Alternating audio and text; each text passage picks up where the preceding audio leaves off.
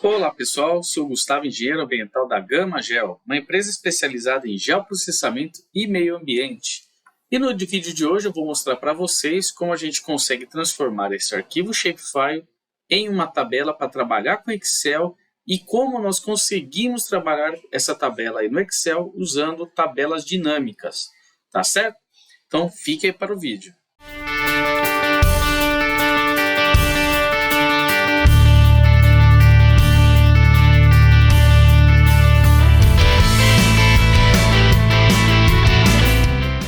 Bom, pessoal, eu tenho aqui, então, vou mostrar para vocês como a gente faz a exportação da tabela de atributos, né, de um arquivo shapefile em Excel, tá? Em um formato que o Excel ele possa ler, tá certo? Então, nós temos aqui, né, mas antes de começar o vídeo, eu peço para vocês deixarem aquele like, tá? Ajuda muito o nosso canal. Também deixe um comentário se tiver alguma dúvida e tudo mais, né? Elogio, sugestão, críticas, pode deixar também no comentário, que eu estou sempre respondendo. Então aqui eu tenho um mapa que eu baixei da Secretaria do Meio Ambiente do Estado de São Paulo, que é um mapa de cobertura da terra. Então vocês podem ver aqui, é um mapa que tem os diferentes tipos de cobertura de uso e ocupação do solo, né, no Estado de São Paulo.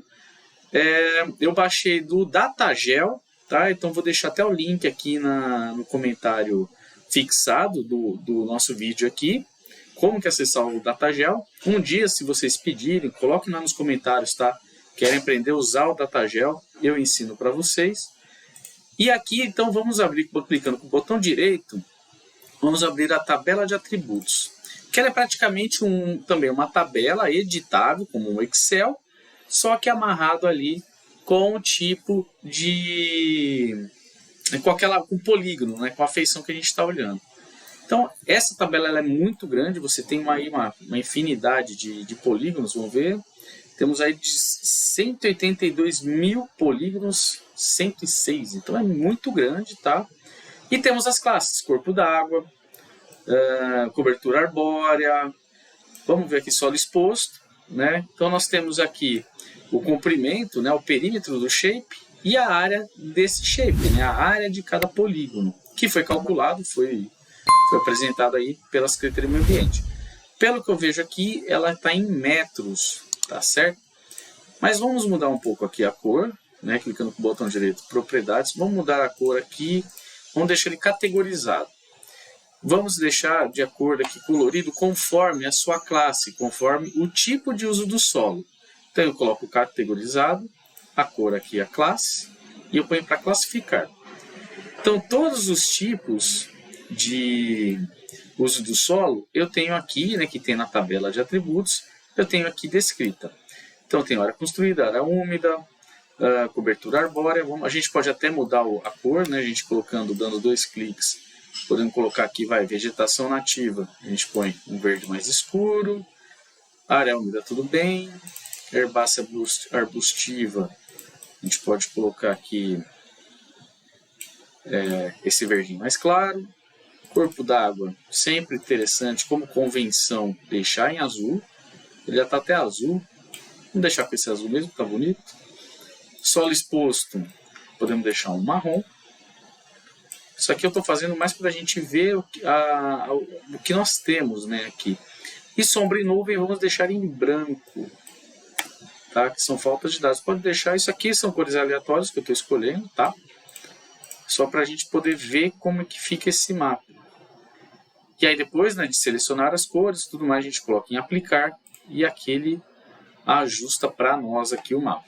Então vocês podem ver que tem esse verde mais escuro, ele é vegetação nativa, mata, né, mata nativa. O mais claro ali está com cobertura herbácea arbustiva. Pela disposição aí eu acredito que seja área agrícola, tá? Temos um pouco de área úmida, temos aqui a parte de corpo de água, solo exposto e algumas áreas construídas, né, que seriam a parte urbana, cidades, né, em geral. Esse mapa aqui geralmente é gerado com análise de imagens de satélite, classificação supervisionada, eles devem fazer algum tipo de refinamento, né, dos dados, e aí disponibilizam para a gente como ali como um material, né, de pesquisa, de material disponibilizado de consulta para nós aqui, nesse caso aqui do estado de São Paulo. Alguns outros estados têm mapas também muito bons. Eu gosto muito do sistema do Goiás. O Goiás tem muita informação geoprocessada, de geoprocessamento. Minas Gerais também tem. Se vocês quiserem também, deixa aí nos comentários. Se vocês querem conhecer um pouco esses portais de dados de geoprocessamento. Tem muitos estados assim que estão surpreendendo pela quantidade. O estado de São Paulo tem bastante coisa. O estado de Goiás, Minas Gerais, eu uso muito. A gente faz pré-serviços aqui para o Brasil todo. E em muitos estados a gente está tendo ali ótimos dados. Se eu não me engano, também no Nordeste tem alguns. Estão cada dia mais sendo popularizados, né? Estão sendo cada vez mais disponibilizados para nós. Tá? Mas os que eu mais usei assim foi Minas Gerais, São Paulo e Goiás. São muito bons mesmo. E algumas cidades também estão com alguns portais muito bons. A cidade de São Paulo, a capital, tem um portal maravilhoso de geoprocessamento. Tá certo? Então nós temos aqui esse mapa. Aí como que a gente pode trabalhar com esses dados, né? A gente pode exportar essas informações para arquivos em Excel. Então aí eu clico com o botão. Como que a gente faz essa exportação correta, né? Porque tem um jeito certo de se fazer.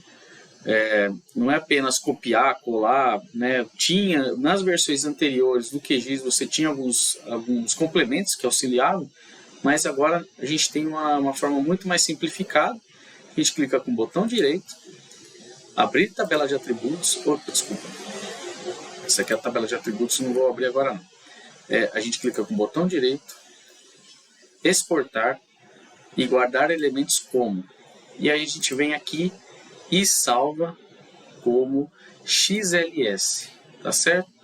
Aqui ele vai estar com o nome da camada cobertura da Terra. Você escolhe onde você quer salvar. Tá? Então aqui, cobertura.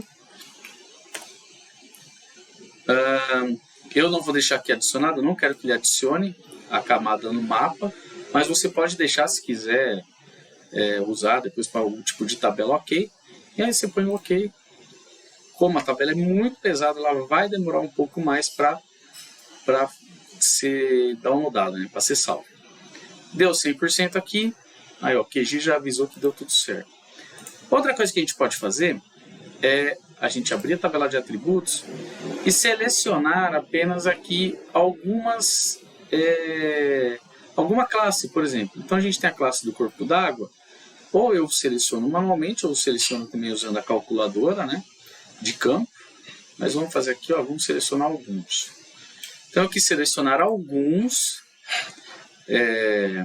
dados de cobertura da Terra, que aqui é o de água, né?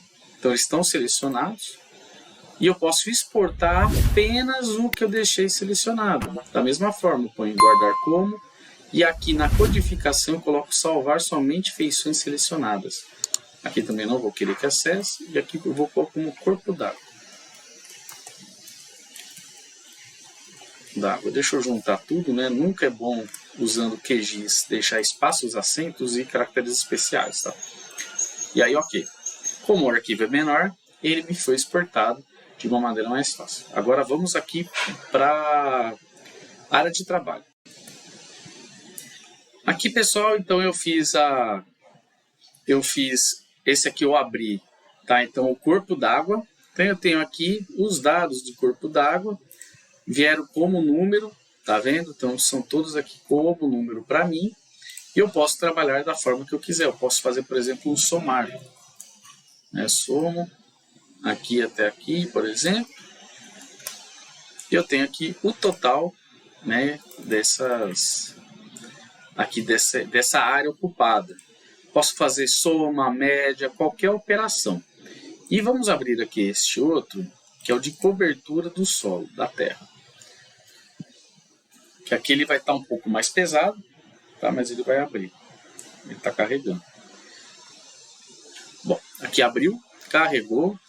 Algo importante também de se falar, o Excel ele tem um limite de quantidade de linhas e de colunas, tá? Então, às vezes você tem um dado que é muito, muito pesado, e esse dado aí, né, assim, tem muitas feições, o Excel não suporta. Então, você teria que dividir essa tabela, tá certo? Isso já aconteceu comigo com os dados de incêndio do INPE, que eu fui fazer uma análise histórica e foi muita área.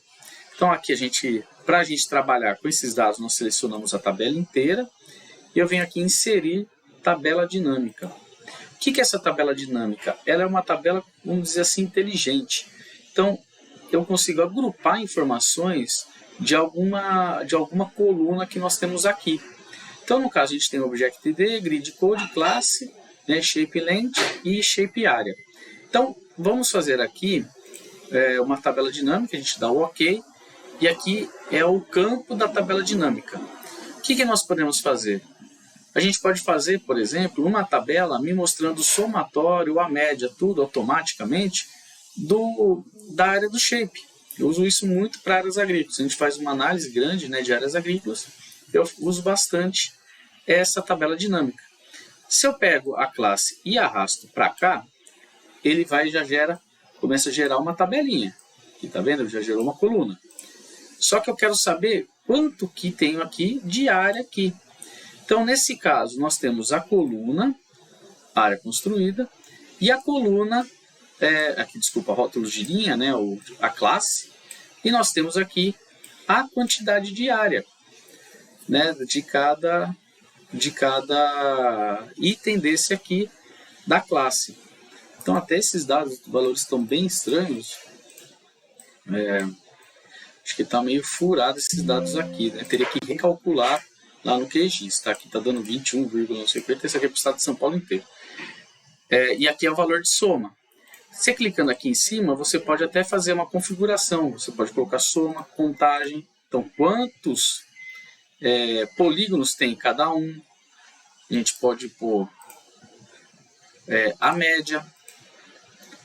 Tá vendo? Do tamanho. Nós podemos fazer até incluir aqui, mostrar valores como média, porcentagem do total e tudo mais. Então, essa aqui é a tabela dinâmica. Ela é muito útil, tá? Aqui para trabalhos de geoprocessamento usando os arquivos Shape. Né? Então, eu uso bastante isso quando a gente tem uma vasta quantidade de dados. Tá certo? Nesse caso aqui, até do estado de São Paulo, eu não vi o material, né, não me aprofundei no material dele, mas eu acredito que seja quilômetros quadrados, aqui a área. Tá certo? Então é isso, pessoal. A gente consegue alterar aqui, né, consegue calcular esses dados de Shapefile, a gente consegue exportá-los em Excel, para depois trabalhar aqui no Excel. E essa ferramenta aqui, a planilha dinâmica, né, tabela dinâmica, ela é extremamente útil, porque nós temos aí várias categorias, muitas vezes, né? Então a gente consegue agrupar todas essas categorias e gerar contas, gerar dados super rápidos. E o importante é confiável, porque vem do Excel, né? A gente evita aquela coisa da calculadora, de somar e tudo mais. Então, geralmente, eu faço a exportação, já jogo no Excel, trabalho só com Excel, porque eu me garanto também que não vai ter um erro humano, né, no negócio. Vai ser já direto, o Excel vai trabalhar para mim. Tá certo? Espero que vocês tenham gostado. E se gostou, né, deixa o like aqui no vídeo. Qualquer dúvida, sugestão, até falo para vocês, deixa sugestão de pautas, ajuda bastante a gente. E se vocês quiserem também, pode deixar no comentário se eu destrincho mais sobre onde eu baixo esses dados do Datagel, de Minas Gerais, de Goiás, de alguns estados aí, desses portais de geoprocessamento federais, né, estaduais e municipais. Também temos portais federais muito bons, tá? Que são bases de dados que nós podemos usar aí tranquilamente, porque são dados oficiais, né? Dentro das suas limitações de escala e tudo mais, né, a gente tem aí são dados que dificilmente vão ser ali questionados, né? São dados que o governo está nos dando. Então é importante a gente saber usá-los e pesquisá-los, que é bem difícil, tá certo? Eu agradeço aí a audiência de vocês, né? Peço aí para deixar o like, já falei, ou comentar. Se inscreva no canal, toda semana temos vídeos novos, e convido vocês a conhecer o site da Gamagel para conhecer melhor a nossa empresa, o que nós fazemos e os serviços. Tá certo? Muito obrigado, até a próxima.